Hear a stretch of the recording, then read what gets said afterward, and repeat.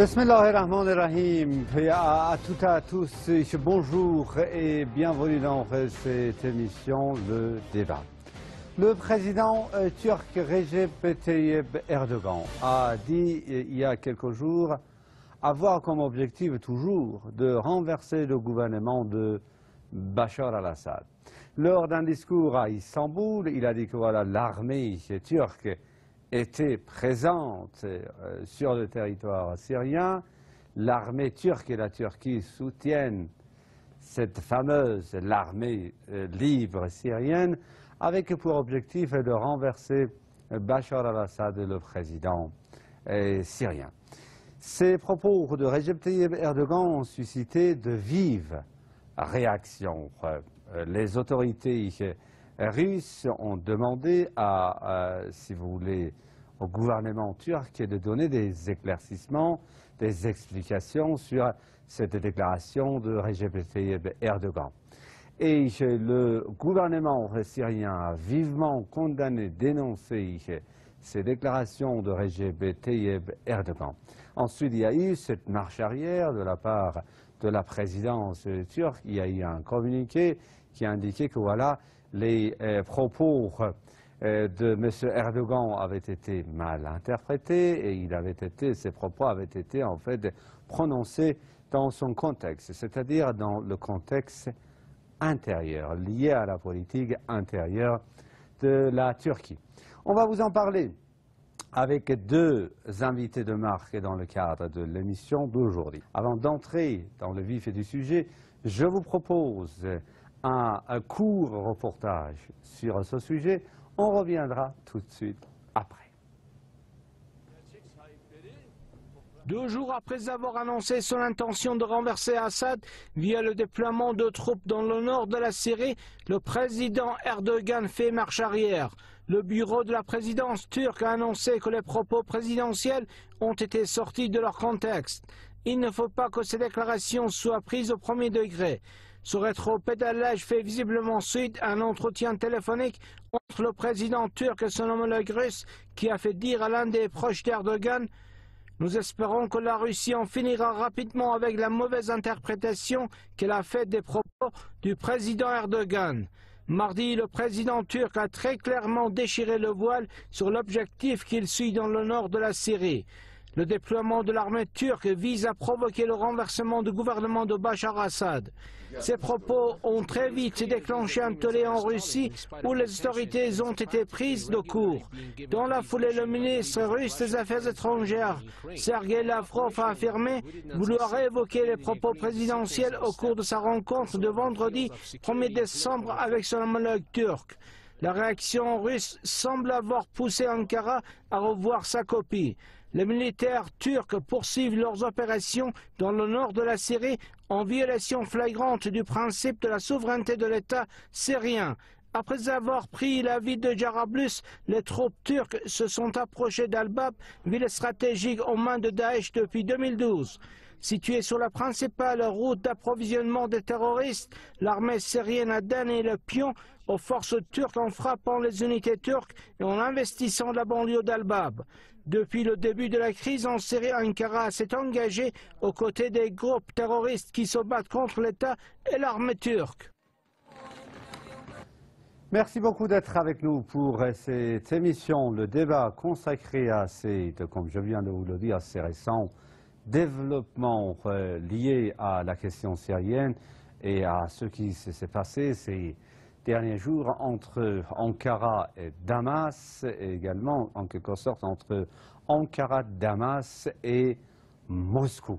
On va vous en parler avec deux invités. J'ai le plaisir d'avoir avec moi au téléphone pour cette émission un analyste des questions internationales depuis Paris, M.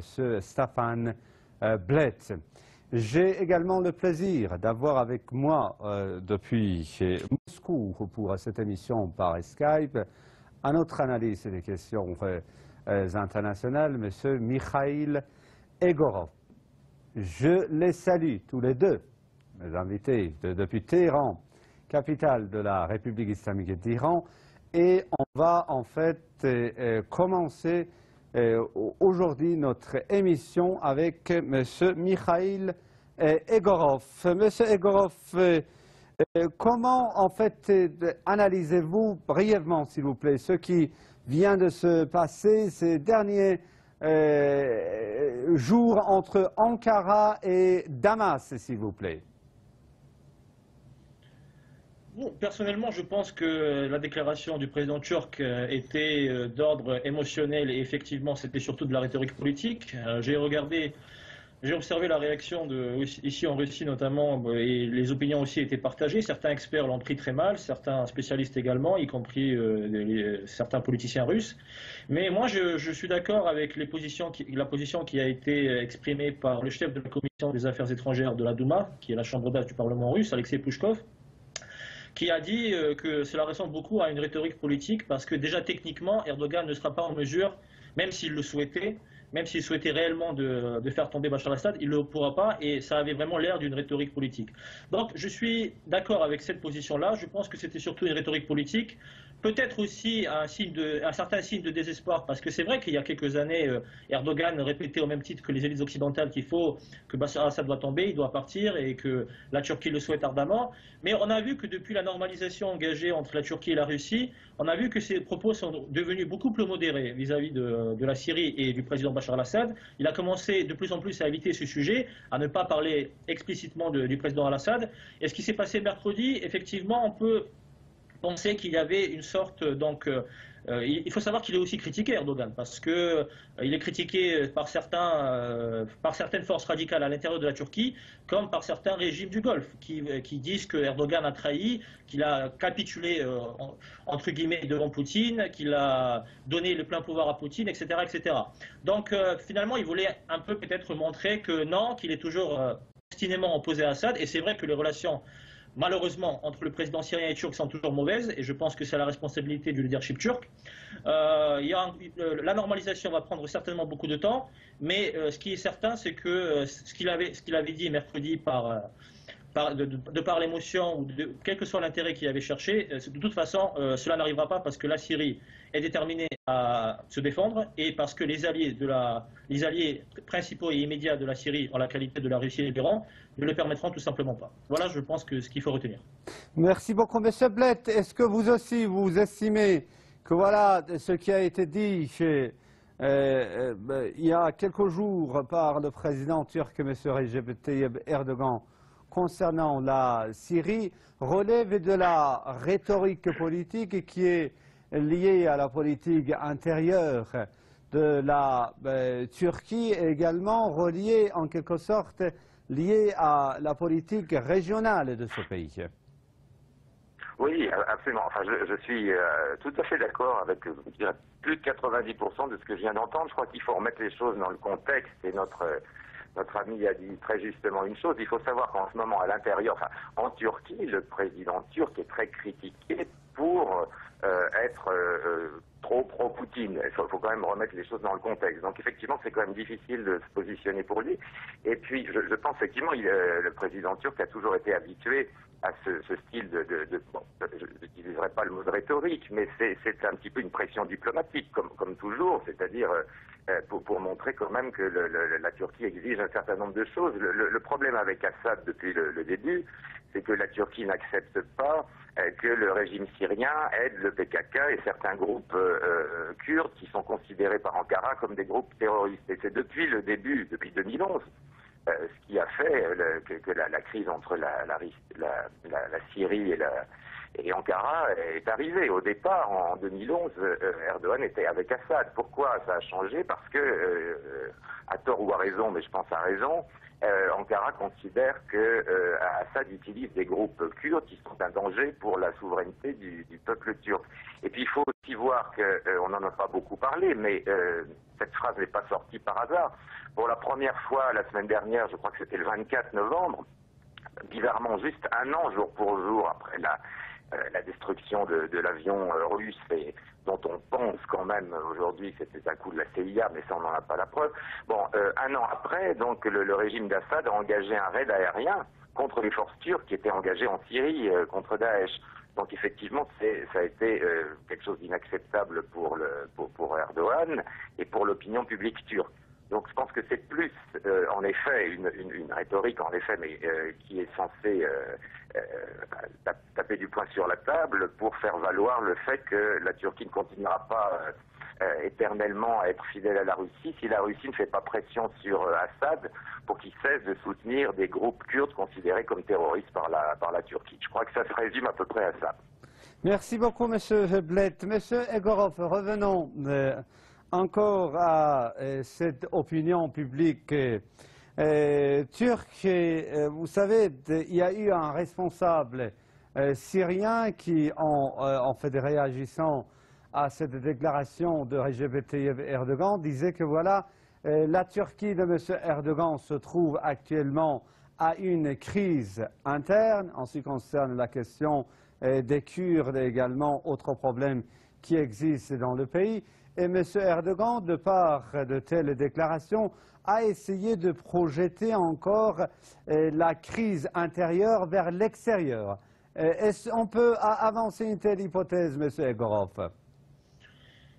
Disons que cette hypothèse n'est pas à exclure, mais j'aimerais aussi réagir à ce qui vient d'être dit par M. Blett. Deux choses. La première, par rapport au fait que Bachar al-Assad, soi-disant, utiliserait des groupes considérés comme terroristes kurdes, je ne suis pas vraiment d'accord. Le président syrien, dès le départ, ce qu'il a cherché, c'est à défendre son pays contre le terrorisme.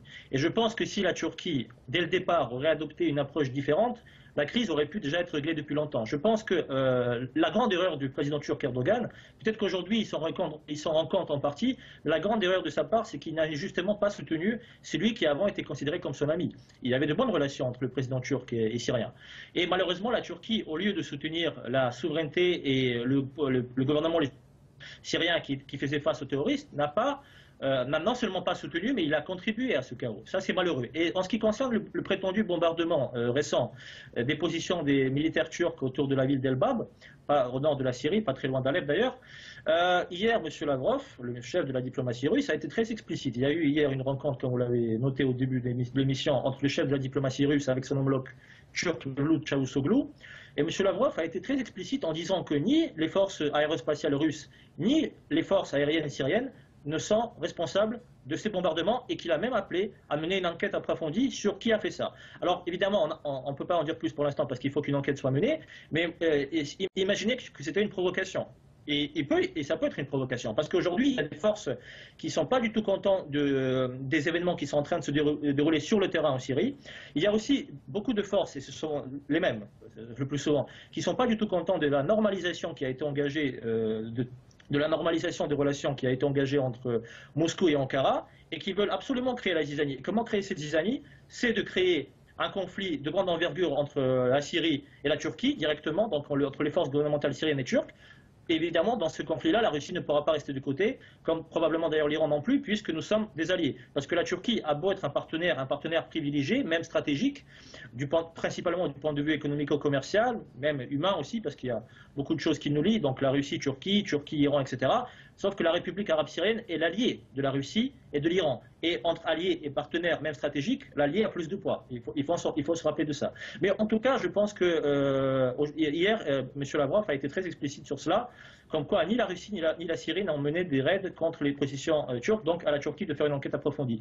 Pour le reste, par rapport à votre question, oui, c'est tout à fait possible. C'est vrai qu'aujourd'hui, la Turquie fait face à des défis intérieurs, y compris sécuritaires, et évidemment, cette tactique n'est pas nouvelle, c'est souvent quand il y a des problèmes à l'intérieur, il est toujours bon de reporter les problèmes sur l'extérieur. Donc cette théorie a lieu d'être, je pense qu'elle a lieu d'être.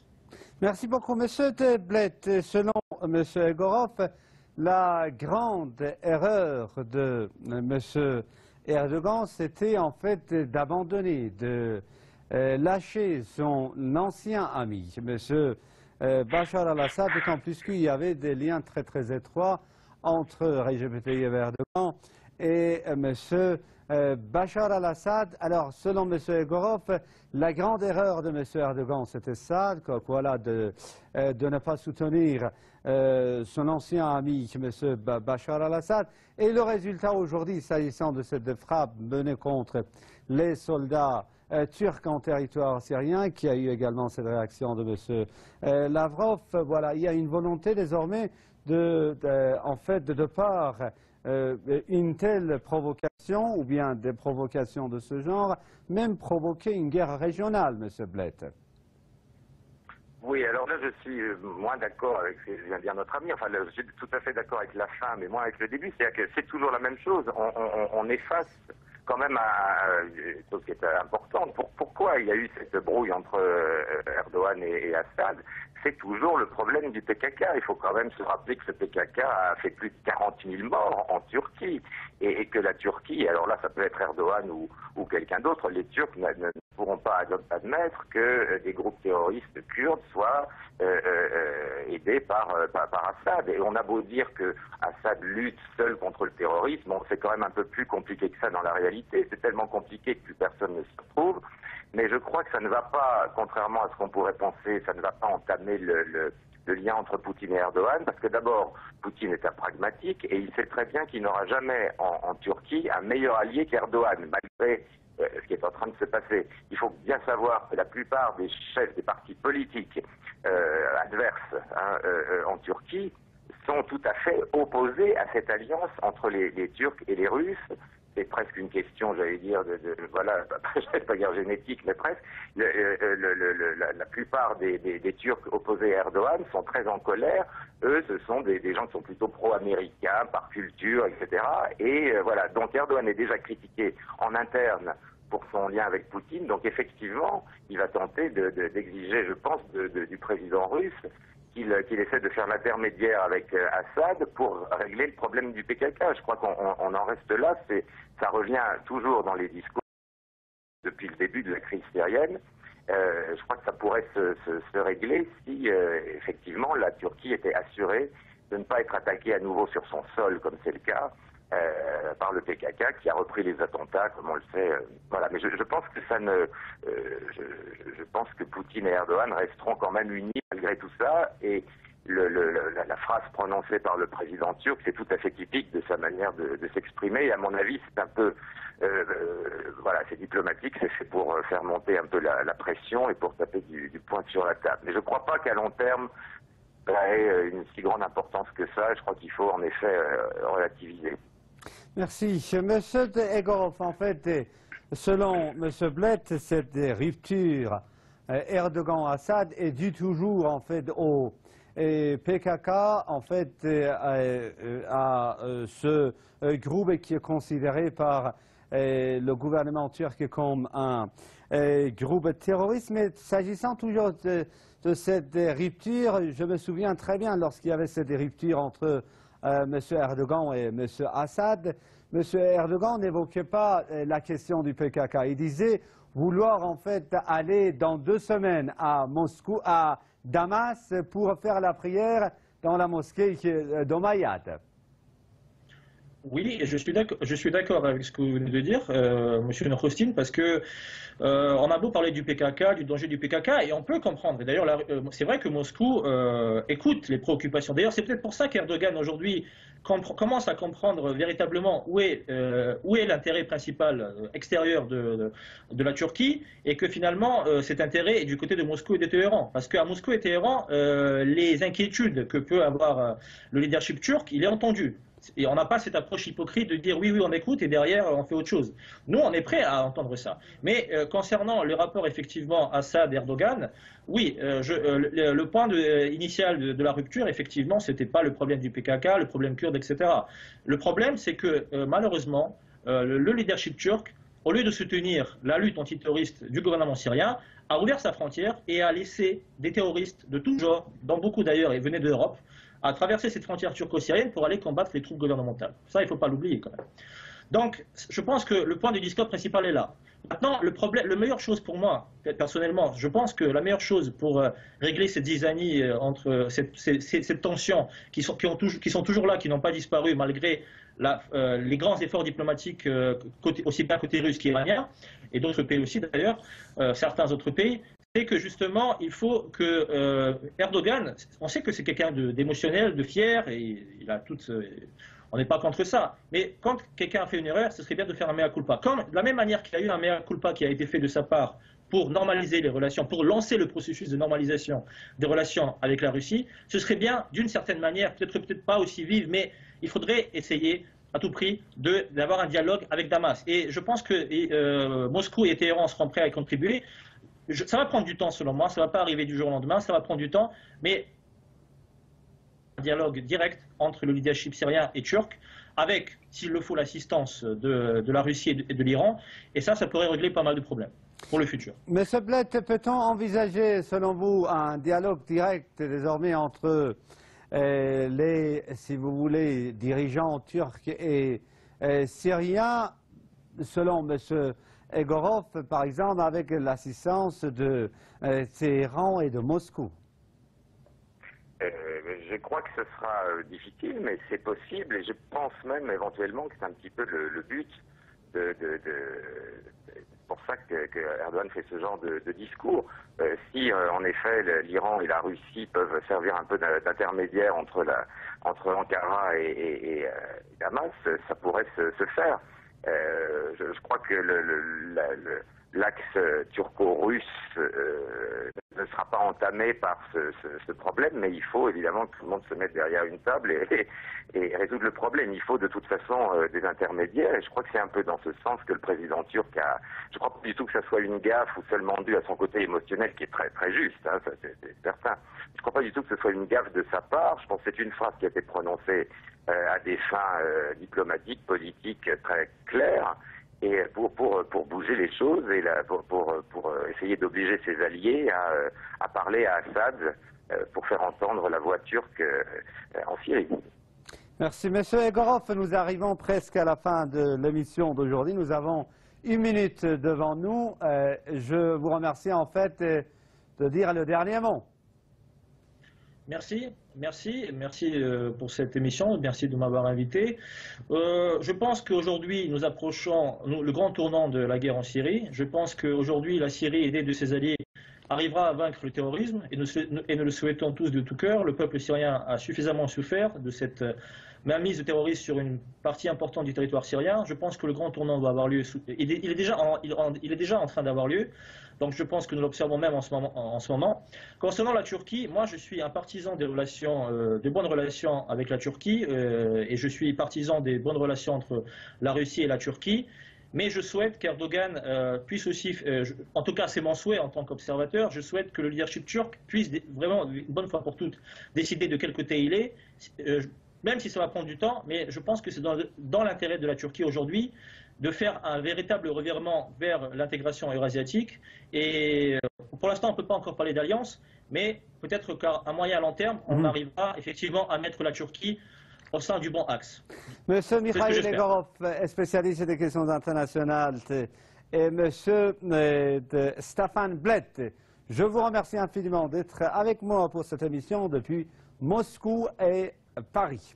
C'est la fin de l'émission d'aujourd'hui. Merci infiniment de l'avoir suivi. Je vous souhaite à vous toutes et tous une excellente journée. Je vous dis au revoir, amis, et à très bientôt.